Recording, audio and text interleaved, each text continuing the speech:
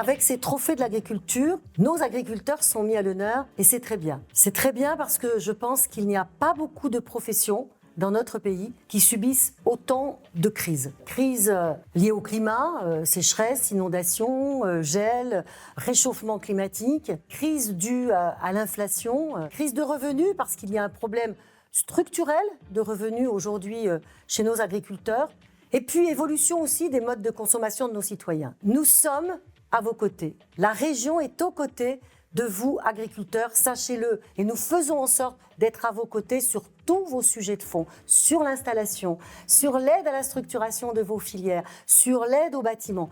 Comptez sur nous. Bonsoir. Bonsoir, merci. Et merci à vous d'être avec nous. Comptez sur nous, on est à vos côtés. C'est important Alors, elle a donné déjà, la présidente, quelques détails, mais vous avez évidemment des choses très, très concrètes à nous présenter. Oui, vous l'avez dit, la présidente a donné quelques pistes d'action de la région. Donc, la région, surtout sur ce poste innovation, est aux côtés des agriculteurs de différentes manières.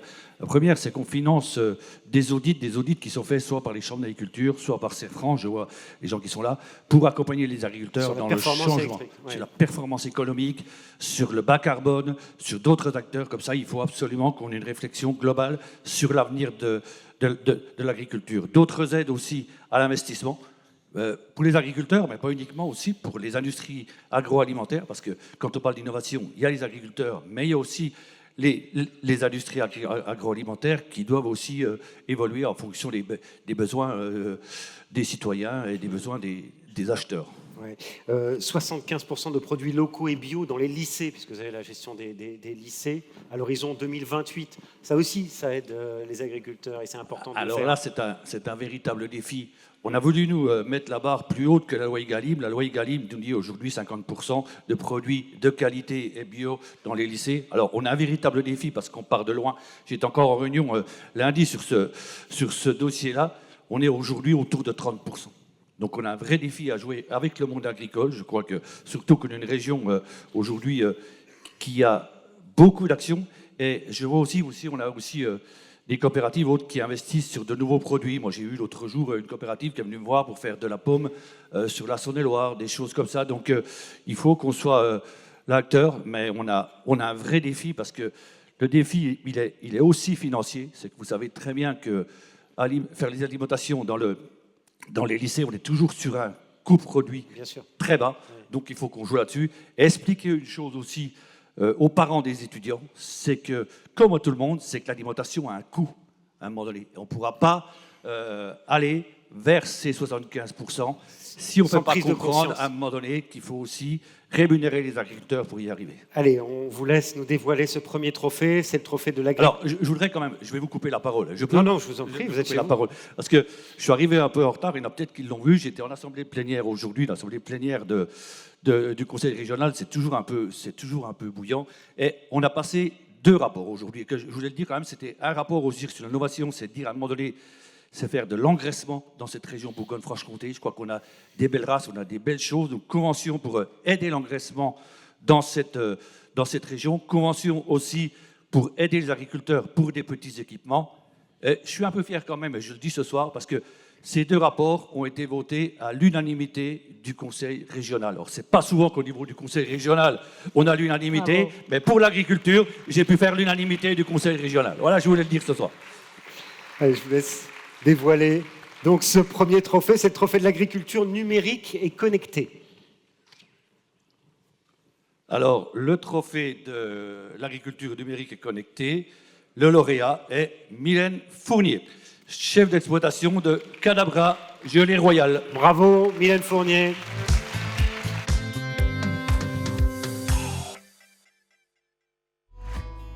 Je m'appelle Mylène Fournier, je suis apicultrice en Côte d'Or, à Aigné-le-Duc exactement. Cadabra, c'est une marque de gelée royale que j'ai créée avec mon exploitation pour pouvoir commercialiser mes produits. L'idée avec la marque Cadabra, c'était aussi de redonner un coup de peps à la gelée royale, qui est un produit qui était beaucoup utilisé par nos grands-parents et qui l'est un peu moins par notre génération. C'est un complément alimentaire, c'est très bon pour le système immunitaire, c'est antioxydant, il y a énormément de vertus et beaucoup qu'on ne connaît pas encore. On peut retrouver mes produits sur le site internet. Je suis présente sur les réseaux sociaux, notamment Facebook et Instagram, où là je partage un peu plus la vie quotidienne d'une apicultrice et j'espère que ça va porter ses fruits. Bravo. Alors Mylène, applaudissez-la fort parce que passer en premier, c'est pas facile. Alors, Mylène, on va s'avancer parce qu'on se recule tous. Bonjour. Là. On a peur un peu de cette salle très très pleine. Hein. Mylène, vous êtes la seule en Côte d'Or à faire de la gelée royale. Oui. Votre entreprise s'appelle Cadabra parce que vous m'avez dit c'est un peu magique. Exactement. Alors moi, j'aimerais qu'on allume la salle, que les gens lèvent le doigt à ma question. Qui sait comment on fait de la gelée royale? Bah vous n'êtes pas venu pour rien. Elle va vous l'expliquer. Mylène, c'est à vous. Merci. Alors, la gelée royale, il faut savoir que c'est la nourriture de la reine dans la colonie et c'est aussi la nourriture des larves. D'ailleurs, la différence entre les deux, c'est que quand une larve est nourrie abondamment à la gelée royale, elle devient une reine, alors que sinon, elle reste une ouvrière. Donc du coup, moi, je me sers de ce principe-là pour produire ma gelée royale, c'est-à-dire que je fais croire à ma colonie qu'elle n'a plus de reine, elle a donc besoin d'en refaire une, je lui propose des larves, qu'elle nourrit abondamment de gelée royale, et c'est à ce moment-là que moi, je viens récolter la gelée royale, et ça se fait tous les 3 jours. Donc, vous nous avez dit, Mylène, quels étaient les intérêts, les atouts de la gelée royale. Vous avez été formatrice et directrice de l'école d'apiculture de Dijon, qui hélas a fermé. On le regrette, donc on peut lancer un appel dans la région pour qu'elle rouvre. L'apiculture, c'est votre truc, et vous dites la gelée royale, c'est assez féminin. Ouais, c'est assez féminin parce que c'est assez minutieux, ça demande de la précision, de la patience. Et puis aussi, pour vous donner un ordre d'idée, pour en vivre, mon objectif, c'est de produire 30 kg de gelée royale par saison. Si j'avais fait que du miel, j'aurais dû produire entre 10 et 15 tonnes. Donc, c'est pas le même poids, c'est pourquoi c'est un peu plus féminin. Alors, une dernière question. Vous communiquez beaucoup sur les réseaux sociaux, on l'a vu. Qu'est-ce que ça vous rapporte? Comment vous faites? Eh ben alors déjà, moi, ça me permet d'échanger avec le public. Ça me permet de partager sur mon métier qui n'est pas très connu. Et puis oui, j'ai à cœur de faire un peu de pédagogie autour de l'abeille. Et donc cette année, par exemple, les gens qui me suivent sur les réseaux ont baptisé une de mes colonies Maya. Et l'objectif de cette année, c'est de suivre cette colonie toute la saison et de pouvoir voir comment elle vit et puis la production de gelée royale qu'elle va pouvoir m'offrir dans l'année. Alors un tout petit rappel, les réseaux sociaux, Instagram, c'est quoi? Instagram et Facebook, c'est Cadabra gelée royale. Très bien. Merci beaucoup, Mylène. On l'applaudit. Bravo à vous. Une petite réaction. Oui, je suis très fier de vous avoir remis ce prix parce que quand on sait tout le rôle des abeilles aujourd'hui, entre l'agriculture et vous, à un moment donné, l'agriculture a besoin des abeilles. Je crois que c'est essentiel-là. Et aussi, tout ce que vous avez sur la biodiversité. On est en perte énorme de biodiversité sur notre planète. Et je crois que l'abeille est un des vecteurs de biodiversité. Donc, bravo à ce que vous faites. Un petit appel aux agriculteurs.